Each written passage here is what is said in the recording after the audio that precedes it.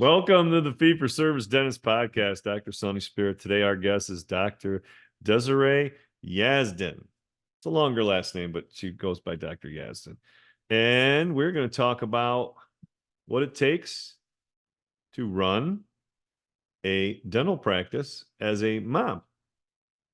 And then how do you reduce those hours yet maintain your income? So she went from working 13 hours a day to 13 hours a week, and her income increased. She now has a mentorship program called $1 Million Mentorship that she started in 2019 on when she had her first child. So really fascinating. And the lesson that I'm picking up is the power of intention, being intentional about what you do. And then the challenges of a female business owner working in a predominantly female industry. And how do you get professionalism back, and how do you not, as she quotes, go into the drama? Really fascinating. I love talking to her. Hopefully y'all pick up a bunch of stuff. I know I did. As always, the podcast, Fee for Service Dentist Podcast, brought to you by Kettenbach Dental. And they are very excited to announce the first major advancement in fluoride varnish treatments. No longer alcohol or resin-based. Instead, patients will want the new treatment delivered by a muco-adhesive dimethicone gel, leaving a silky smooth, lubricious feel. No more grit. Contact Kettenbach today. Ask about Prophicel and get more details and do the varnishes that patients will appreciate. Call 877-532-2123 or visit KettenbachUSA.com. As always, thanks for listening. We're getting the iTunes version merged. So right now there's two different versions of the same podcast. The Spotify is working fine. YouTube is going to have all the video versions of these podcasts. And we're really thankful for our group at Rogue Media for helping us do that. But we're just working through a little glitch with Apple. We should have that fixed shortly. If you like the podcast, click like, share it with your friends. If you don't like it, well, heck, call me, text me, hit me an email, sonnyspira@gmail.com or 607-624-2962. Love to hear your feedback. If you or any of your friends want to be a guest, contact me as well. Thank you all. Enjoy today. Have a good one. My name is Drew Burns, and I'm a part of a small group of dentists who believe something crazy.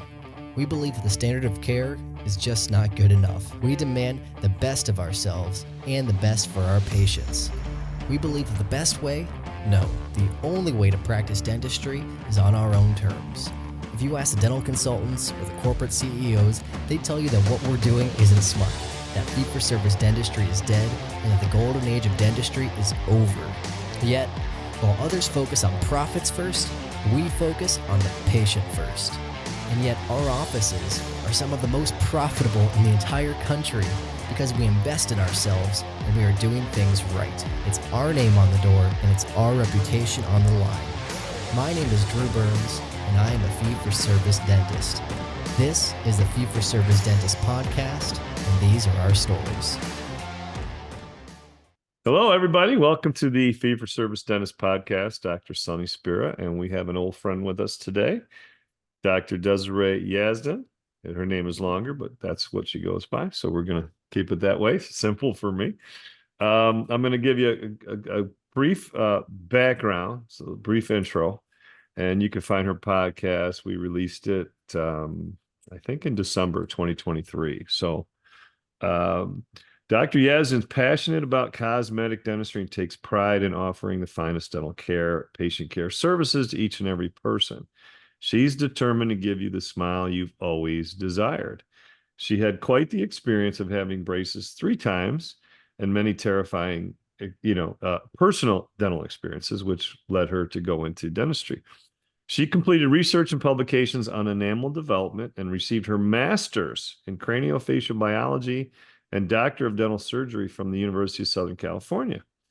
Expert training and professionalism had added and helped her with a keen eye for beauty. I'm going to hit on that. At the Center for Restorative and Cosmetic Dentistry, Dr. Yazdan utilizes her expertise and passion to enhance your youth and create your smile transformation. She's also a certified coach and helps women doctors make more money while cutting back their work hours through the program called the $1 Million Mentorship. It's a program she founded in 2019 after having her first child and going from working 12 to 13 hours a day to 13 hours a week. Let me repeat that. 13 hours a day, 13 hours a week. Yeah. Week, 7 days. Okay, so you could do the math on that one. And doubling her revenue. So work less, earn more. Pretty good formula. Yeah. Now spends a lot of time helping doctors do the same. So your business should support your lifestyle. So please welcome Dr. Yazdan. How you doing today? I am good. How are you? Thanks for having me back. Great I to love see you. talking to you. Glad you're here. We were anxious to get rolling with this, so pretty excited about it. Let's do a little brief recap, right? So, in our first episode, we talked a little bit about where you came from, Southern California gal, Orange County mostly, stayed in that area. Brother went into medicine. You kind of weren't in love with medicine, so dentistry was your calling. Talk a little bit about just when you got into dentistry. What were you driven towards? Yeah, so I think I mentioned this last time, but I went to dental school to do oral surgery. And like right away, I was like, oh, this is not for me. And so I was kind of like, okay, well, should I do ortho? I really liked endo. And I was, I was just kind of looking for all the specialties. And then I decided after realizing like I really did not like oral surgery, I was like, okay, I do love the cosmetics. So once I graduated, I didn't do a GPR or anything because I just knew I didn't want more training in the general dentistry aspect. I wanted to do cosmetics. So that's what was really motivating to me, is like to become a cosmetic dentist that did a lot of smile makeovers. Like that was my vision from, early, like, partway through dental school. And so I knew that. And a lot of people always ask me, like, oh, what classes did you take? Like, what did you do to, be able to do all this Yeah. work? And I'm You always just took like, the words right out of my mouth. I was just going to ask, yeah. talk So about it's your like path there. my most common question from young dentists. And I always tell them, like, it's not one class. Like I didn't take one class that was the holy grail of all classes that taught me everything. It was like, I think it wasn't even the classes, because by the time I was taking the CE courses for them, I felt like not to be like I know everything, because definitely I don't. For sure I don't. But I felt like I wasn't learning as much new stuff as I had anticipated in the courses. I was like, oh, I'm already doing that. Or, oh, like, that's great. Okay, I'm doing that, but now I could do it a little better, right? And so I think it was just the drive of wanting to learn about it. So reading about it, studying other people's work and watching how they do it. I found a mentor that really I could go to with all the questions, and that person was able to, like, teach me about all these different cements and what to look for. And, I started reading about facial structures more, and how, like, what's considered beautiful, all the proportions and all of that. And I think it was just my eagerness to understand it and learn it, that I was getting it from like everywhere. That's what I was spending my free time doing, was like understanding all of those things. And then of course there were courses along the way. But it wasn't just like one course, right? It was combination of things. Did you take any continuums of any education? Any of the, I don't know, Spear, Coyce? You know what? I didn't, and I actually want to, just because I haven't. And I think those programs are great. I'm very familiar with like a lot of things, and actually I think it was I think it was Spear. They had reached out to have me do some kind of workshop with them or something. And I was like, oh my God, I feel so honored. Like, what? That's crazy. But I know, yeah, I definitely will. I think when my kids are a little bit older, because you have to travel for those, and it's a little bit harder to do that. The reason that I didn't do it is because what I talked about the last episode, early on in my career, I had that whole traumatic thing. And not only did I not have the means to travel and do those programs, because they were expensive at the time for me, but also I think I was just in such a survival mode that I was like, I can't do that. I can't focus on that part of my education when I'm basically just like trying to stay above water.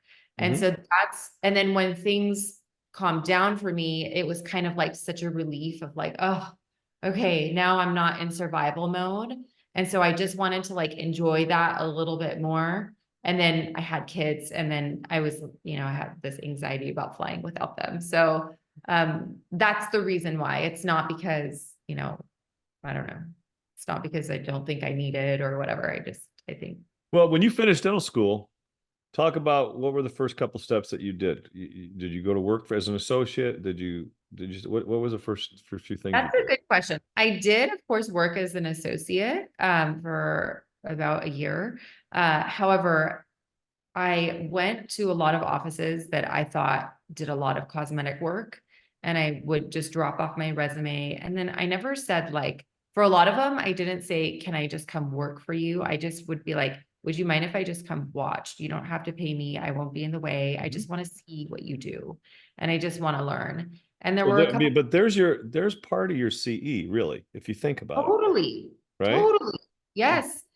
And there was a couple that were like, oh, like, because they were like, oh, I don't have a job position for you. But when I just approached it as like, I don't even want you to pay me, like, I just want to spend my time learning from you. Right. These are doctors that had very successful practices for years and years and years. And so they just let me come into their office like once a week. And I would ask them questions like, why did you do that? Like, is there anything specific about this shape? What kind of porcelain did you use? Right. And then that just really helps you learn. And then I think also having the mindset of not knowing everything, like being able to learn from everybody, right? Because then when I started to work with specific labs, I started asking them questions like, oh, everything, right? Like what would you do in this case? Or what kind of porcelain would you recommend? Why? And then I would go read up on it. I would go research it, right? Because they're the ones that are making it. And yes, they look to the doctor to prescribe the, restoration and what type of porcelain and all the contours and stuff. But I was like, well, these people are making this all day long. They're the ones that are like kind of behind the scenes. Like, let me get some info from them. So I think that was, you know, just being open to learning from everybody. So on an average month, just to give some of I'd say some of the newer to the profession dentists who are graduating or have graduated recently, you were working as an associate, would you say 3 days a week and then doing this 2 days a week, or was it 4 and 1? What was like your normal scheduling? It rotated. There was a point where I was in a different office 6 days a week, like working as an associate. But then there was definitely, that wasn't at the beginning. At the beginning was more of the shadowing. And there was like a small period of time where it was like 6 days a week. I was in a different office. Um, and then it kind of like at some point I was like, okay, I don't want to work 6 days a week again. Right. And then I went back to like shadowing. So I would say probably 2 days a week, I would on average, I was like shadowing different dentists. And then the rest of the time, like 3 to 4 days, I was actually working as an associate. Okay. So if you worked 4 days as an associate, that fifth day you would spend the day somewhere. I mean, is that Yes. once a month, would you say, a couple times a month, just to give No, some like once a week. once a week? So literally Yeah. 4 times a month. You were Yeah. okay. Well, that's like having a continuum, right? You're able to see the work started, the work in progress, the work finished. So there's continuity there. It's not Yeah. just a one shot and you're like, oh, and then you never see it finished. Right. Yes. Okay. So, but you also talked about facial aesthetics, Mhm. right? You started to study that. So was that books? Was that videos? What was your Both actually.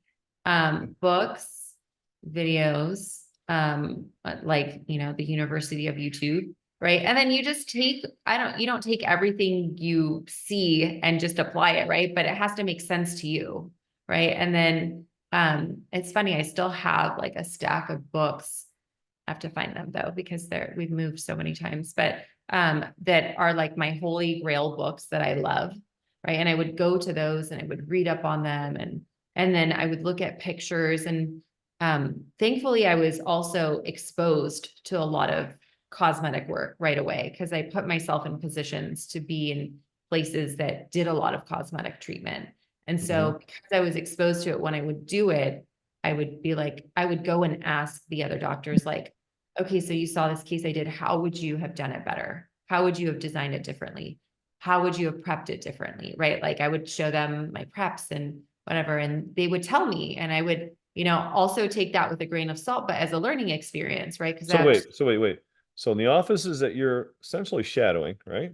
yeah. You would bring cases from your practice that you were working at. So one of them that I was shadowing was a practice I was working at, just one of them. So that one, and that was a lot of high volume of cosmetics, like high-end cosmetics. And so that one was a lot easier because throughout the day, like I would actually go say, like, could you look at my preps? Could you tell me what you think? Could you, like, what do I do? There were times where like that doctor would kind of even assist me, like just to give me like some tips and here and there, right? And that I think was the best learning experience ever. But yeah, the other ones, I'd be like, oh, I did this case. Like, can you look at it? I wouldn't take the models, I would take pictures. And I would be like, can you look at this? Or like, what would you have done differently? Or all of that, right? Or I would ask them about their cases that I was shadowing and watching. Were you ever able to pick up the, I'll call it the consult, the diagnosis, the treatment plan presentation, that interaction with the other doctors that you're following or shadowing? Were you privy to that kind of thing too? Because I think that's where the rubber meets the road. You're right. I didn't get as much experience with that until having my own. I Yeah, saw a because little bit of it, but it just seemed like I didn't watch them fully sell the case. It was more like, here's what we're gonna do next type of thing. And like I wasn't really in the consults as much as yeah, I was gonna ask you how that works because the dynamics of it are tricky, yeah. Like we have a And lot of college kids or future dental, they have to do their shadowing or stuff, or that they'll be in the office and they'll pop in. I'm like, oh, this so and so is just watching us, blah blah blah blah. It's a little awkward in that scenario where you're kind of going into the who, what, where, why, and when of a treatment plan, and that's where you really you absorb it. To me, I had someone the other day I spoke to, and she said that the doctor would stand on the other side of the door and sort of listen to her present, and then he would give immediate feedback. Here's some things you need to stop talking at this point, pick up that. How did you learn some of those finer skills? Was it just on your own? yeah, I mean, experience, and I started to study psychology of selling. So actually the reason that I didn't get as much experience in that portion of it was because I think I wasn't even aware that I need that experience as well. I was just so focused on learning how to do the treatment and learning how to do, it's very different to cement one tooth rather than like 10 teeth. It's very different to prep one tooth on top and one on bottom versus doing a whole full mouth reconstruction, right? It's all very different.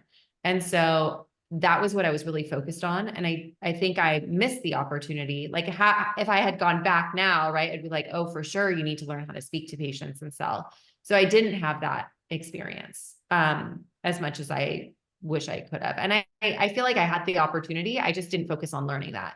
And so, yeah, I learned from doing it myself and then reading about like selling and sales and understanding human psychology of like selling and all of that and applying it and changing, and then, So, yeah, so your roadmap, right? Let's see if we can follow this, because I think I have a decent grasp on it. So your roadmap is, I'm gonna real and this is, to me, I did the same thing too. Focus on your skills, make sure your skills are there, right? Learning the diagnosis portion of it, and you're using a lot of different things. So it's almost like learn how to first. yes, Then I think once you've invested so much of your time, energy, and passion in a how to, now you have to get to the point where now how do we deliver that to the patient? Like how do we get the patient? So then your next step was to learn how to, well, sell it, yeah, right? So you went into that with the same kind of energy that you went into how do you do the work. Now, how Yes. do you communicate the work? Yes. What are some like little tips that you think were really important that you use to this day? Yeah. So when you're presenting the treatment, you have to make the patient feel very safe. And also like your confidence behind it is very important. Right. So, and then I could actually watch myself in the beginning of my career. My thoughts about doing the treatment were like, what if I mess up? What if they don't like it? What if I don't do a good job? What if I'm cementing them and one doesn't go in right? What if one breaks when they go in right? I had all those like doubts in my head. Like, I don't want this person to feel like I'm pushing them into this and then something goes wrong. And then now it's a whole disaster. Right. So what did that do to you then? Did it make you talk more when you present? What did those thoughts and feelings do to you as you were talking to the patient? Yeah, it brought a lot of doubt into the conversation and a lot of no's, like, okay, I'll think about it. Right. And because, yeah, I was like over talking and I was making sure I wasn't selling the treatment. I was like, well, if you want it, I can do it. You just have to let me know if you want it. Right. So I was like almost backing away from it because even though I wanted to do the case, I was like, oh, let's just like make sure, like, if something goes wrong. Right. And versus, I mean, now still we tell the patients the risks, the pros, the cons, right? Like people ask me all the time, what is the biggest negative about doing this procedure? I'm like, it's irreversible. You can never go around with that, right? So I still will say the same things, but the way that I present it now is so different and my confidence in it, right? And even if something does go wrong, I'm like, okay, I can fix it. It's fixable. If one breaks when it goes in, that's just sometimes part of the process, very rare, right? Like it probably, I don't know, one a year, one every other year, but it happens. Right.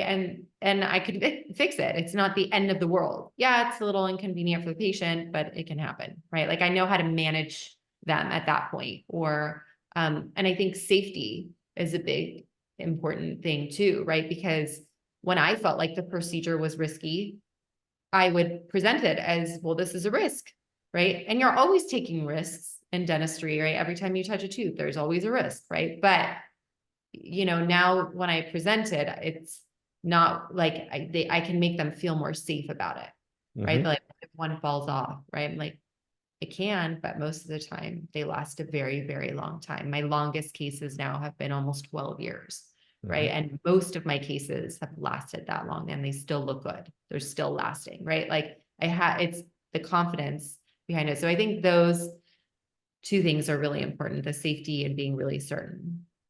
So it sounds also though like because of the confidence, self-esteem part, right? That now you're talking about a lot of nonverbal signals and such, Yeah. Yeah. right? I found the one thing I did, I talked less Mhm. and I let silence at times be okay. 100%. And it's such an awkward thing when you first like, and you just stop and shut up. Like, like, really? You don't Yeah, want me because to you want explain them enamel rods? talking. Yeah, Yeah, and you have to give them the opportunity to process and absorb and then respond to you. Yeah. true.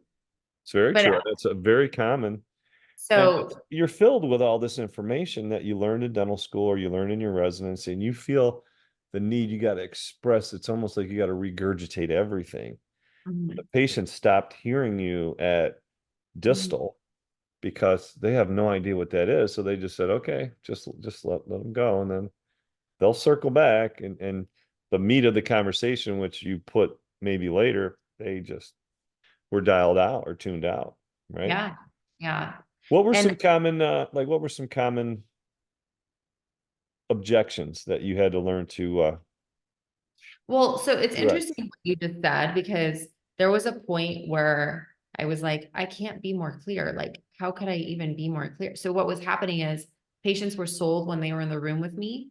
And then when my office manager would go in to book their treatment, they were like, they didn't even what you said, it was just way over their head. And I was like, and then she would come into the office because I told her, hey, if that happens, come into the office and tell me. Like I need to go back in the room.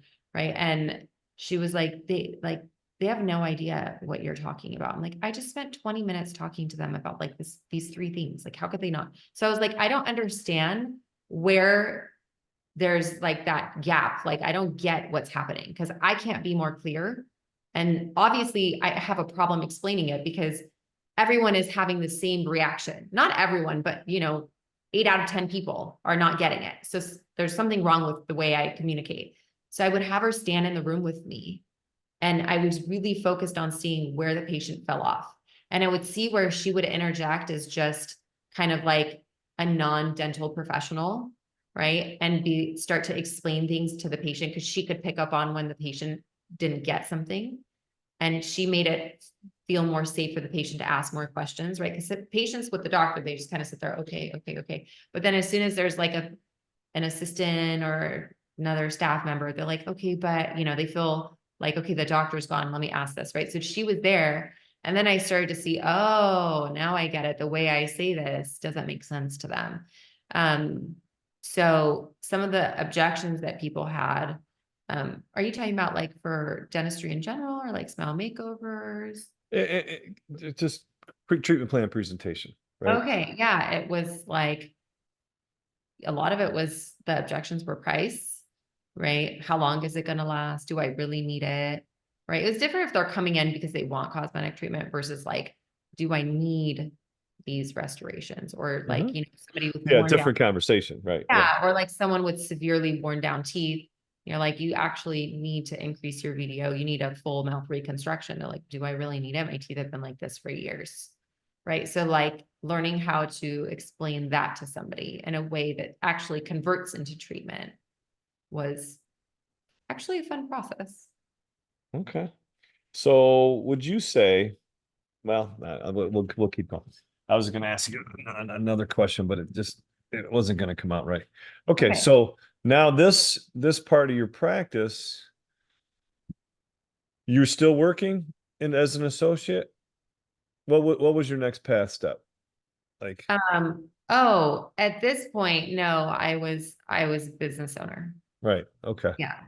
All right. So now what does that look like? Let's talk about that. So now you feel like, okay, I got some skills, got a little better communication style. Now, how do you make your practice focused on that type of patient or that person that needs that type of work? What does that look like?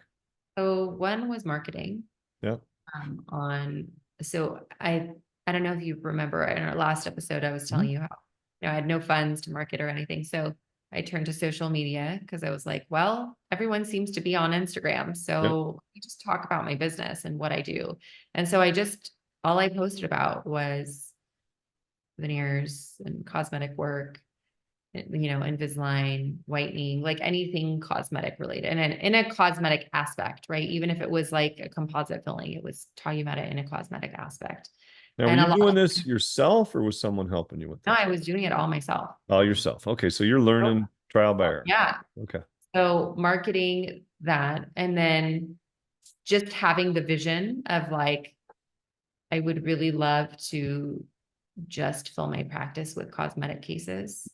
Right. And there was like a period where I was like, okay, this is happening. I'm getting all the demand for the cosmetics, but I'm still having to do the smaller work because there's no one else to do it. Right. And so that was when I started being like, okay, now I have enough demand for an associate because I don't want to do the fillings or, the one-off crown preps here and there. I want to do the cosmetic cases more of. So I think just having the vision really helps you execute all the things that you need to do in order to get yourself to where you want to be.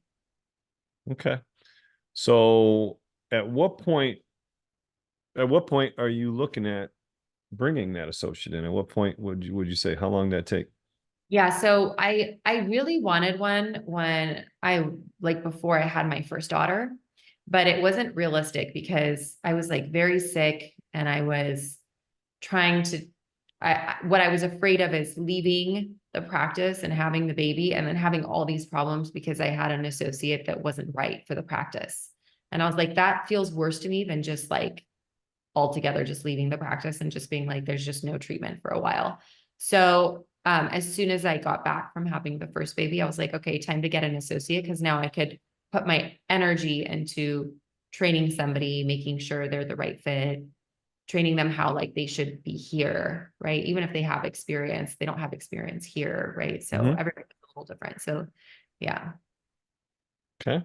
After the first baby. So So like 20. So it was 2 years in practice then? Oh, no, no, no. We're talking 2020.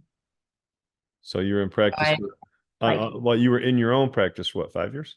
in my own practice since 2014, so 6 years. And then I'd been out since 2012.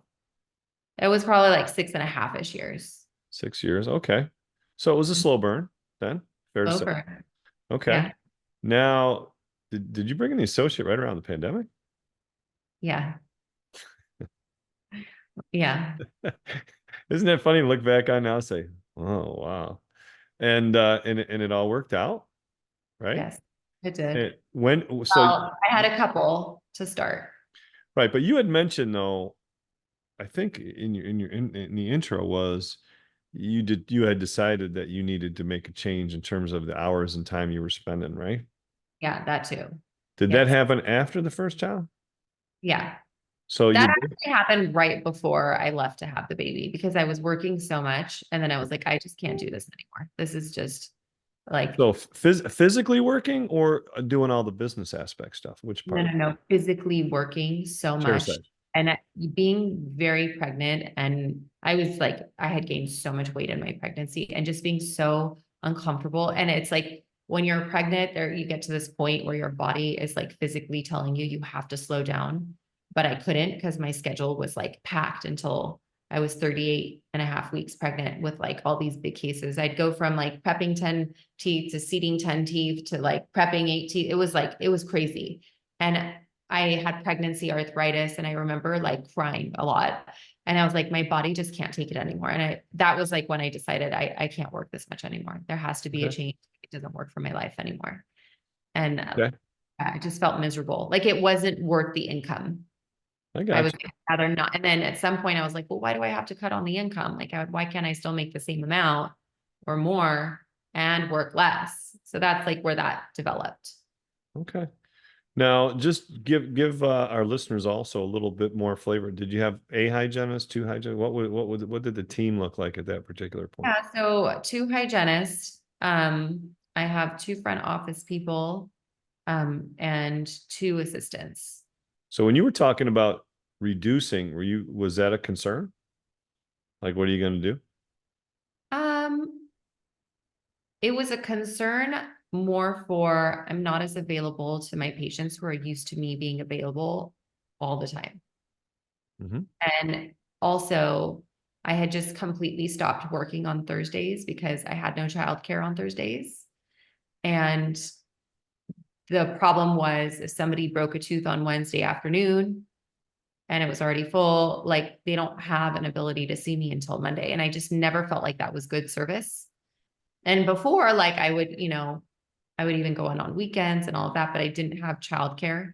And it's different when you have a baby and you can't like, you know, it just Mhm. doesn't work to take the baby in the office most of the time. So yeah, But when that's you but when you bring in the associate, does that change the look of the practice? Like, are you now open Fridays? Are you open Thursdays? Or what happened there? we're still not open Fridays, but we are open Thursdays.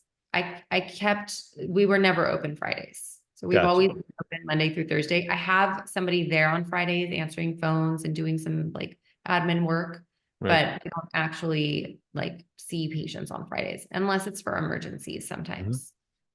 So yeah, I mean, it was nice to be able to give the service, or at least, I made sure that when I hired an associate, I hired someone that was flexible who could maybe come in a little bit in the evening or come in earlier as well. Because my patients were used to me doing that. Mhm. And I like to offer to be available to them, right? I think of us as like a very boutique business. And so I want to offer that boutique service. And it was just, you can't do it solo working less. So I was like, I could offer it by adding other doctors to the practice to How help. did you handle the business aspect of the practice? Because the business with even though you're not chairside doing the work and you have an associate and now your practice is growing from a revenue standpoint and every other standpoint, how did you handle the business responsibilities of an owner?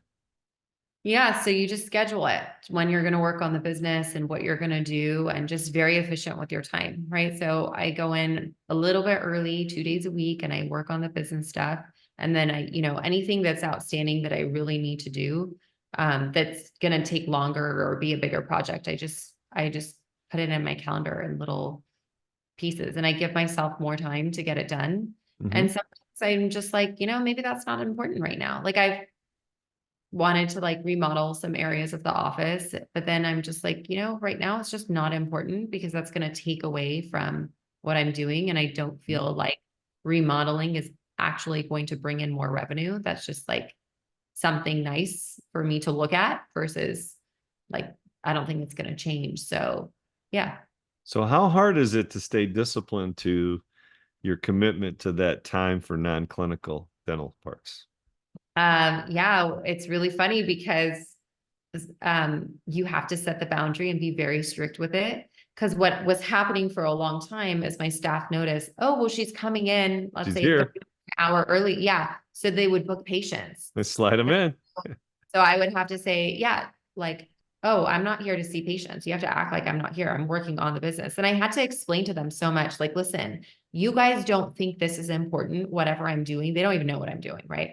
I'm like, but it's extremely important. That is how the business operates and functions. You can't just look at it as me seeing patients. Like it's a whole thing behind the scenes you guys don't even know about that's happening. And so like you cannot book people. And then after I've had these conversations for weeks and months and whatever, and they would still slide people in, I would tell them, you need to go tell them that you made a mistake and their appointment isn't an hour from now. Well, they're going to leave. I'm like, well, then they're going to leave. And then they're like, well, that's not good service. I'm like, but I didn't book them. So don't make me feel guilty about it. You need to feel guilty about it because I told you I don't start till this time. Right. When I did that a few times, then they were like, oh, she's not going to see the patient. We're not going to book them. Right.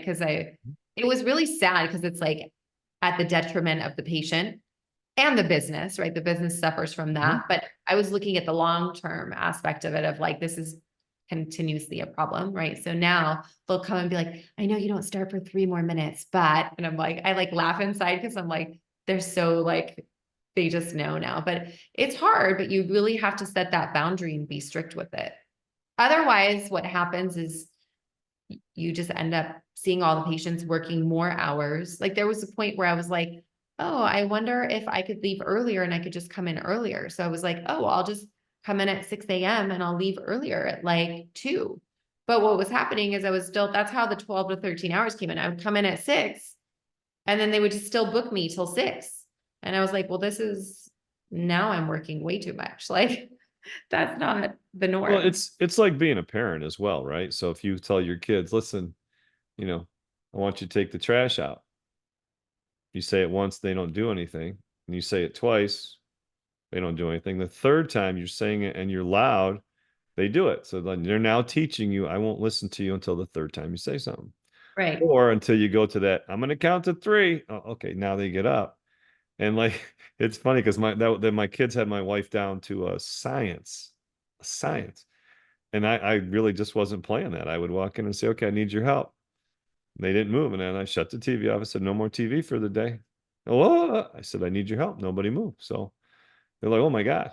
Like So, that means but business. Yeah. yeah, you have, yeah. Do you mean it or don't you mean it? Right. And then that's what it came down to. So the boundary was being pushed by your children, but as by your team until you said, nope, this boundary exists. And I think that's a hard discipline because in the back of your mind, like you said, I'm putting this patient out. It's not great service. I realize that, but you also said, don't make me feel guilty about it. That's something that you did. So take some accountability Yeah. and follow what I asked you to do. Right. Yeah. Right. I'm like, Someone's I like, well, booked she'll the patient, understand. right? Like you booked the patient. I had myself blocked out. So I'm not going to feel guilty for not seeing the patient, even though deep down I always feel guilty. Right. But I was like, But I'm going to but you be stayed feel guilty. committed to what you Yeah. were doing. That was important. So you taught them, no, this is important. You may Yeah. not understand it, like in your own words, you probably have no clue what I'm doing, but it's important. So now it's important to them. They get it. Yeah. That's cool. Okay. So let's talk more about because that's a big part of what we want to cover today is that okay, moving from 12, 13-hour days to 12, 13-hour in a week, right? And then you said your production doubled. Did you change some systems in your office? Did you do some things differently now that your schedule was different? How did that look now before and after? And plus with, hindsight now, how'd that look? Yeah, I mean, definitely changing the way we schedule, definitely taking those smaller treatments off my schedule and allowing more time for other things. Definitely changing the systems, right? So before, cases would take me longer because we just did a lot more at that appointment, where now we're just more organized before the appointment. So when they come in, the consents are pretty much already signed. All the pictures are already taken. Everything's already done. They're just ready to go. Like they get in the chair, they're ready to go. So like there's not an hour of fluff of stuff being done. Like we're just more efficient with it. So you Um, streamlined that. yeah. And just all the systems, right? Like um all the details matter, right? All the details, being really organized behind the scenes.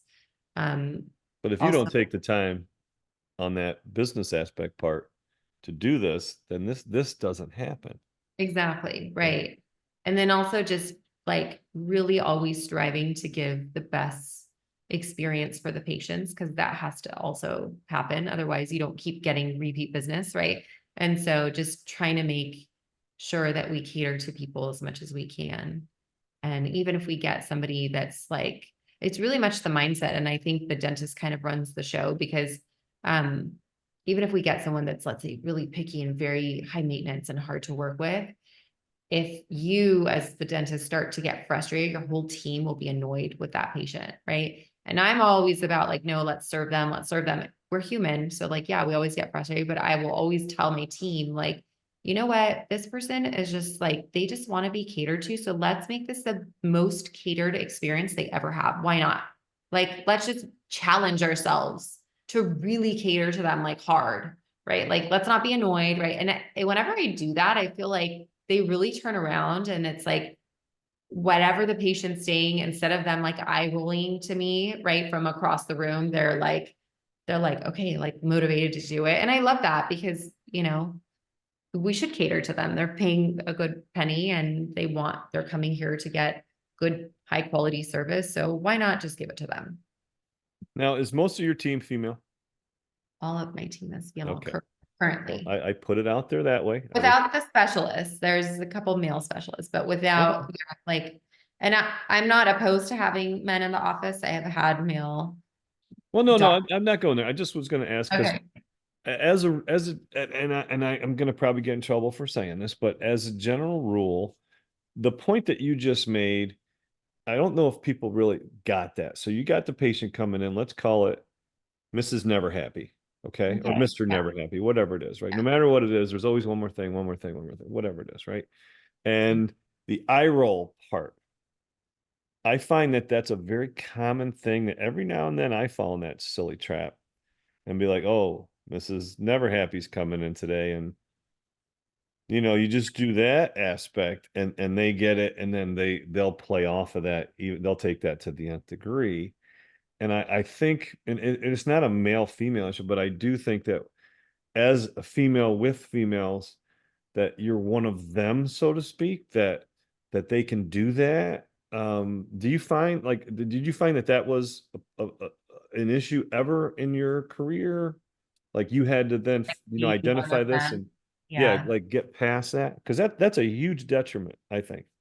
The Yeah. the It's a very, communication of this is okay, right? That's what I mean. yeah. And I watch it still happen because, for example, I mean, my staff really, they're amazing, and I respect them and they respect me, but there is that element of, oh, she's one of us, Mhm. which we are all the same, right? But like we all have different roles, right? And so I watch like my male specialist like say something, there's no questions asked, it's done. It's kind of like you walking in the room with your kids, right? Versus your wife, what you just explained, right? Whereas for me, I'm like, hey, like I almost feel like I have to be a little bit more masculine of like, okay, fine, then this affects everybody's bonuses because nobody's doing it, right? Like there has to be a consequence. right? And it's like, I don't like to be that way. I'm like, let's just all do our job and everyone will get along, right? But there has to be a little bit of that separation because it is very much like, oh, she's just one of us. And um, especially starting out, I was also on the younger side, right? So some of my employees were even older than me, Yeah. or they had more experience in dentistry than I did. They'd been in dentistry longer. And so um, it was hard to learn how to lead.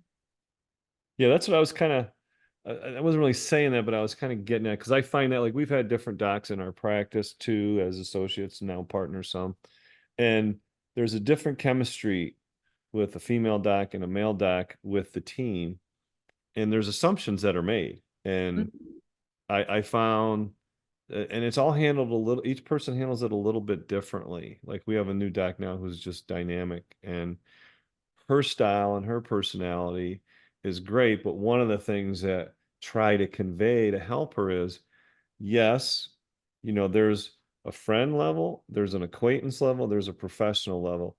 You really want to try to keep some of those boundaries as clear as you can, because when you're going to want to ask for something, you don't want to be like, oh, you asked me kind of mean. Do you don't like my hair? Like, what was that all about?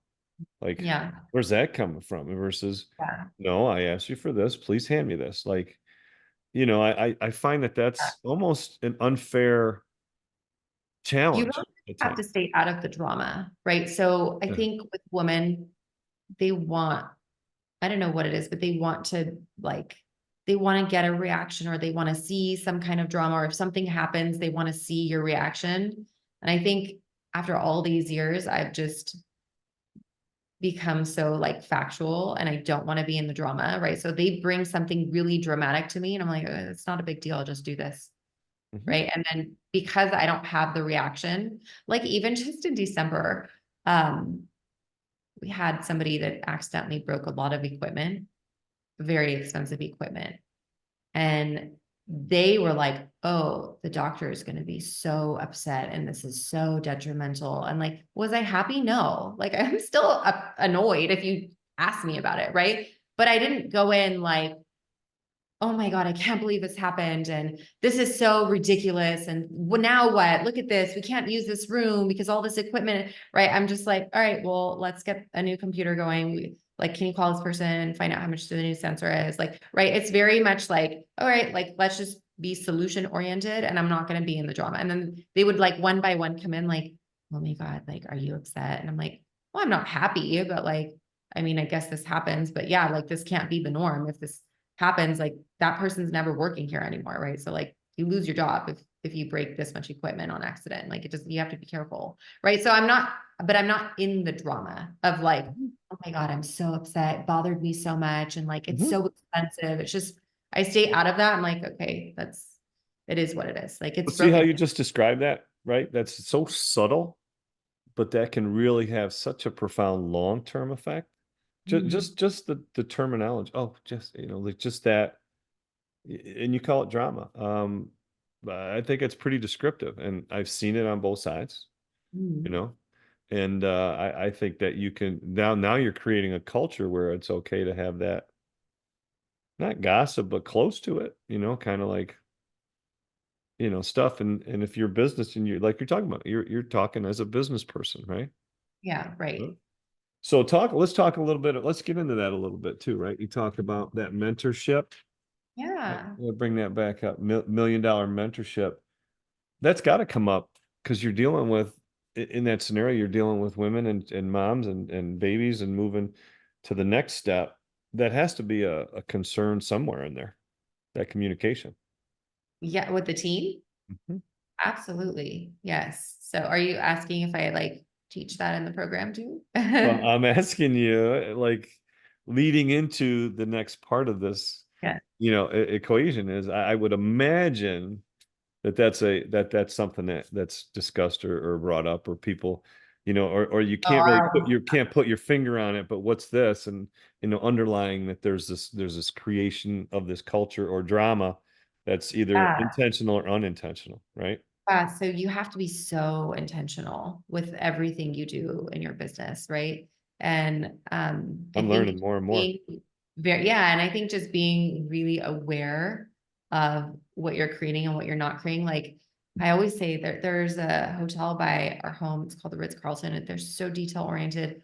No matter what you ask for, what you do, like the response you get from any staff member is always exceptional. Like the experience is always so amazing. And I always like say the Ritz-Carlton didn't just get lucky and find whatever 500 employees or 1,000 employees or however many they have that were just rock stars.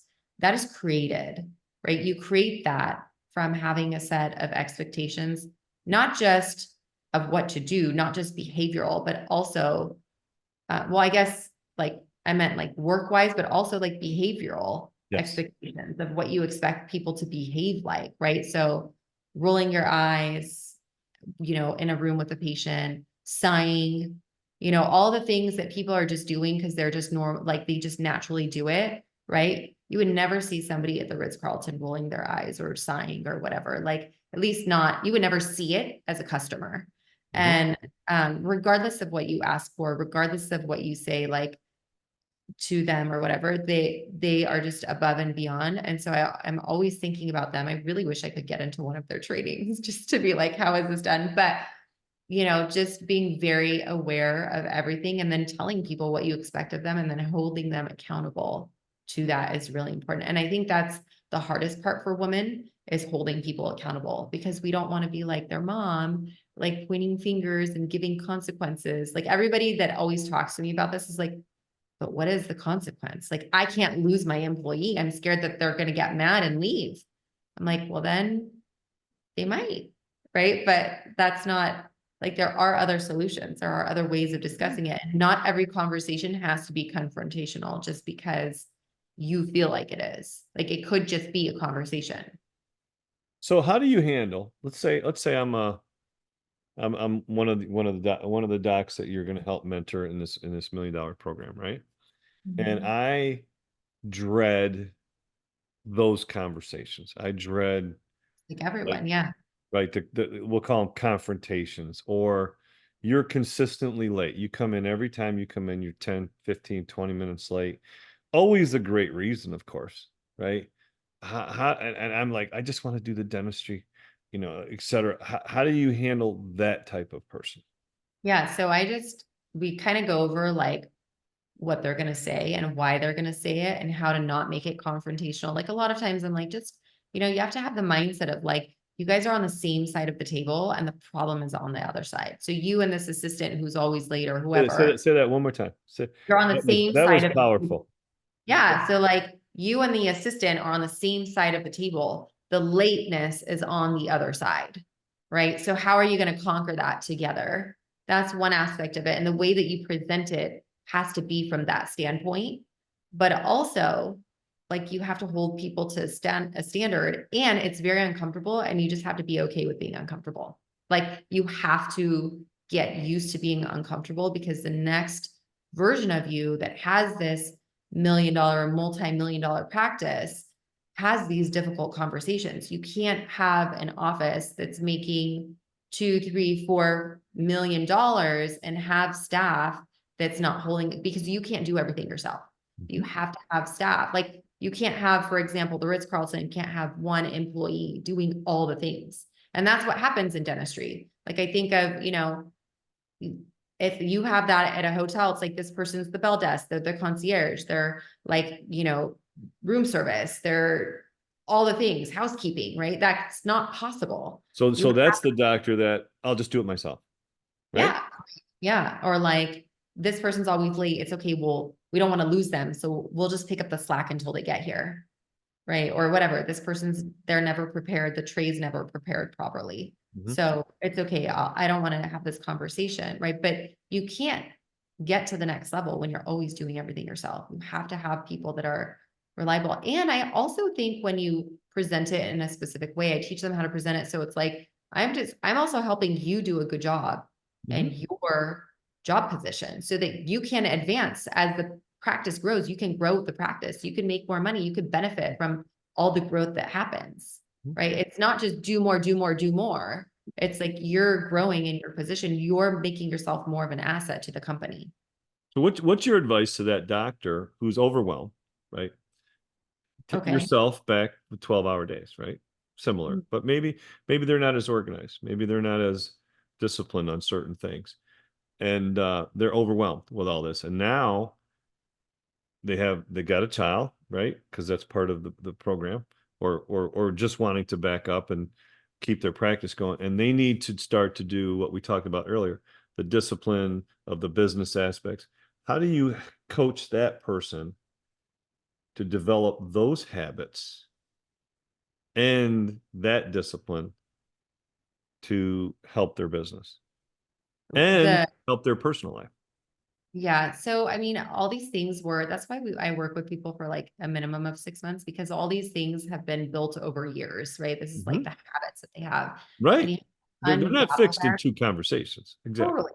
Right. And you have to unravel them kind of one by one and then help them become very aware of what they're doing, why they're doing it, what they want to be doing. It's like people who are like, oh, like in my perfect life, like I really want to stretch more and exercise more. Like that is, they say that's their priority, but they're never exercising. If you look at their day to day, they're never exercising. It's like, okay, Mhm. but how is that your priority if you're never doing it? Right. Right. So then they say, like, oh, I want to make more money. I want my team to listen. I want this, but like you're never having meetings with people. You're never, so how bad do you actually want it? Right. And then also, like nobody wants to be uncomfortable. And I think for dentistry, like as the dentist, you're already uncomfortable all the time. You're always catering to people, like you're just uncomfortable. And so to be more uncomfortable now emotionally with your team, it's a lot. But the more you do it, the more used to it you get. And you start to see how much your practice benefits from it and how much the employees benefit from a little bit more structure and a lot, more conversation and all of that. And even if you lose people along the way, right, it's fine. You get more people that are more bought into the vision and understand how you need them to work. And when you see it start to develop into like the practice that you're imagining, Right. you're like, oh, like it's more motivating to keep going.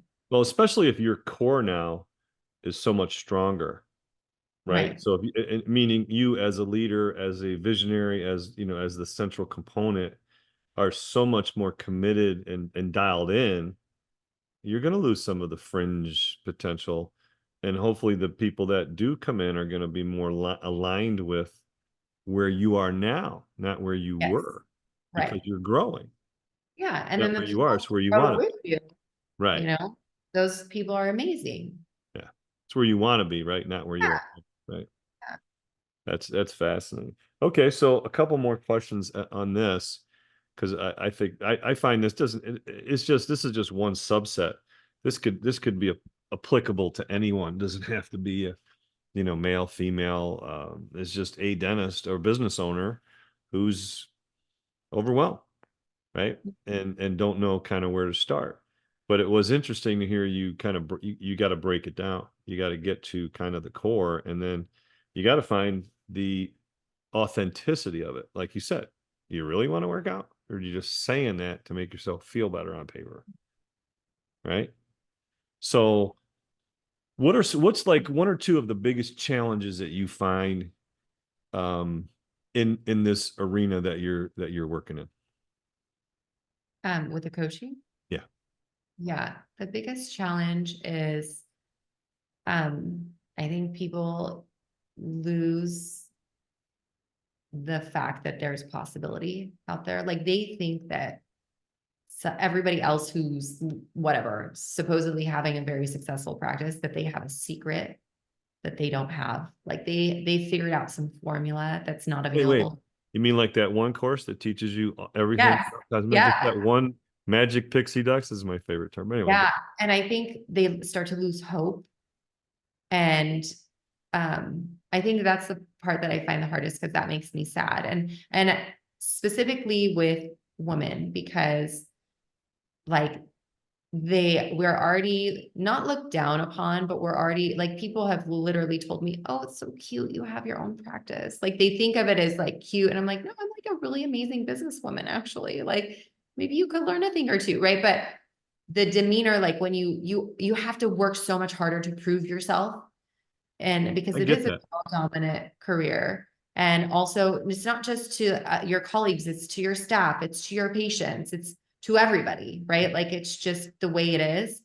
And so when women give it a go and they really put all their eggs in that basket and they really try, and they're taking away time from their kids and their family and all of that to like go for this dream, and then they lose the hope, and then they just like are so upset because like I just like I've tried this for so long and it doesn't work, and I just think I have to like let go of this dream. And I'm like, no, it's, you don't have to, like, we can switch it around, and like you just have to be committed to the process. That's it. That's all you have to do, is be committed to the process. Just give it a go for 6 months, right? And actually, it is the saddest part, but then seeing them change, the ones that do say yes and they're willing to make the change, like they do actually change things around.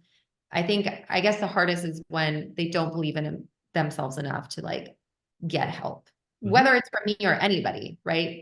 They're just like, they just kind of give up. And I think that's sad because they're so capable. Well, change is scary, right? I mean, just the idea of change. And you're talking about some of these changes are core changes. And Totally. I think that's probably the hardest change to have a person make is core Yes. behavioral, or, depth of change, Yeah. yeah, Yeah. at the center. And I think like with employees too, if you have someone who has a behavior that's innate in them and you're like, this is an unacceptable behavior, you can deal with the ramifications of it and then you can talk about, but if the person doesn't get to that core to make changes, it's just not going to work. And it's one of the hardest things you got to deal with. Yeah. So I do. I've met, and I get it because it's almost unwritten, but some of the strongest female business owners, for example, the basketball conference, the Big East has a female commissioner, Val Ackerman.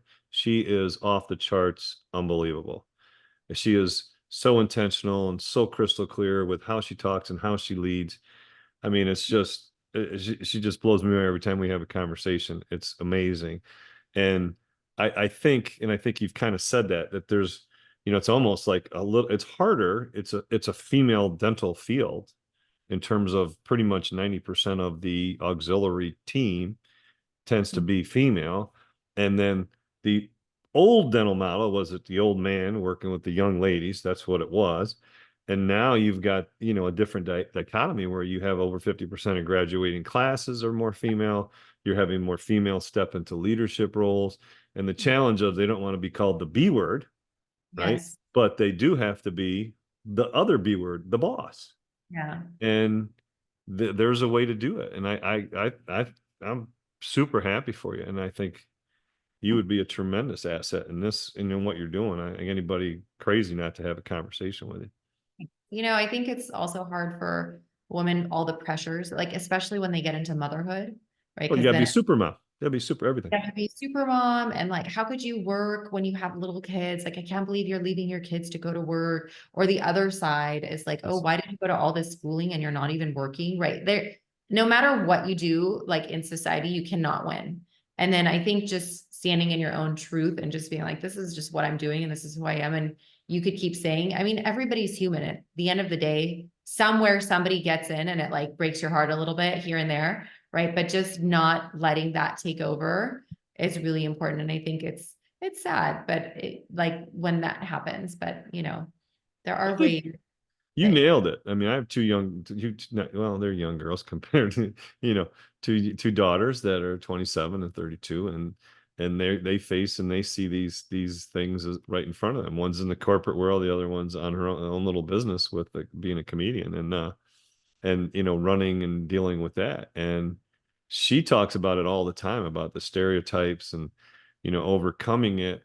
And I think what you said was really just now is so important that no matter what, and then if you're successful, oh, what did you do? Why are you not this and why are you not that? I don't really get those questions, you know. right? No one's Yes. ever asked me that. No one's even ever assumed that. Like, how can Or being a like, father, right? it must be because this person helped her or this person, right? Like Yeah. if you are successful, you never did it on your own, right? Mhm. Which nobody ever 100% does it on their own. If you think about it, you have family that supports you through dental school, emotionally, maybe financially, whatever it is. But it's like they start to attribute your success. Oh, she got lucky. Oh, it's because she marketed in this one thing and then that blew her up. Oh, it's like, well, why don't you just use that person as an example of what's possible for you instead of like trying to pinpoint everything and picking them apart? Like, it's not the one thing that made them successful. It wasn't the one advertisement they did or the, whatever. Right. And I think, that's really important to notice as well. Well, they got to be comfortable in their own skin, right? Because it could be very superficial. Oh, but well, look at her. Look at what she looks like, or look at Yeah, these dashing good looks. And yeah. no, wait a second. Yeah. It's She's on trials, it's Instagram and tribulations. she's pretty, and of course people come to her, Yeah. right? No, but that person actually understands how to market, right? Yeah.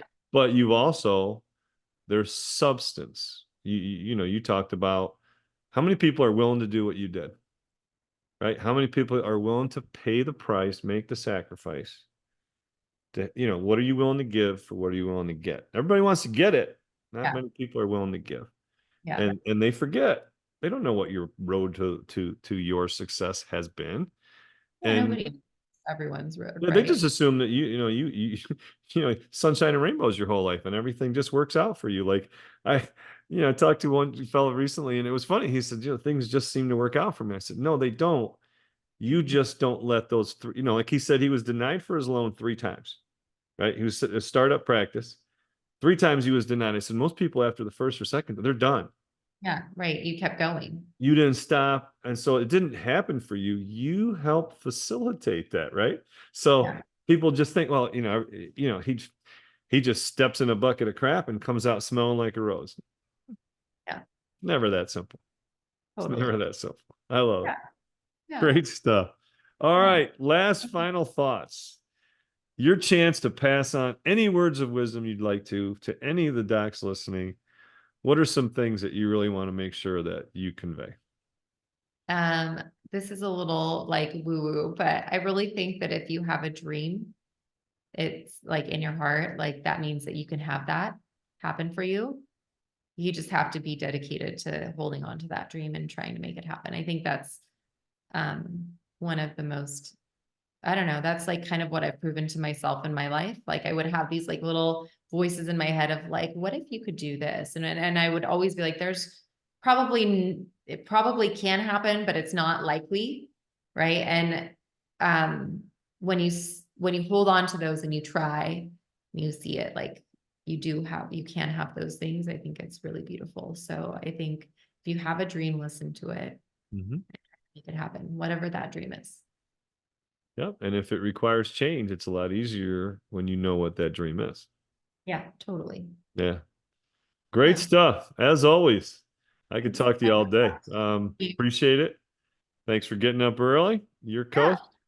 Your weather's probably beautiful. I think it's about 8 degrees over here, but it's nice. It's rainy. It's nice. Yeah. It's still like, it's still nice. It never rains in Southern California. Did you ever hear that song? Yes, it does. It rained yesterday. Well, appreciate you. If people want to reach you, you will have your contact information on our show notes as before. Thank you again very much. Appreciate you. Thank you. Thanks for listening to the Fee for Service Dentist Podcast. If you would like to share your fee for service story, please fill out our contact form at ffsdentistry.com. Also, be sure to join our Fee for Service Dentistry Facebook group. For help starting your dental membership plan, visit dentalmembershipdirect.com and membershipmastercourse.com. Finally, for help with in-house financing, visit dentalfinancingdirect.com. And don't forget, your story is what you make of it. This is your name on the door and your reputation on the line. Thanks, everyone. We'll see you next time.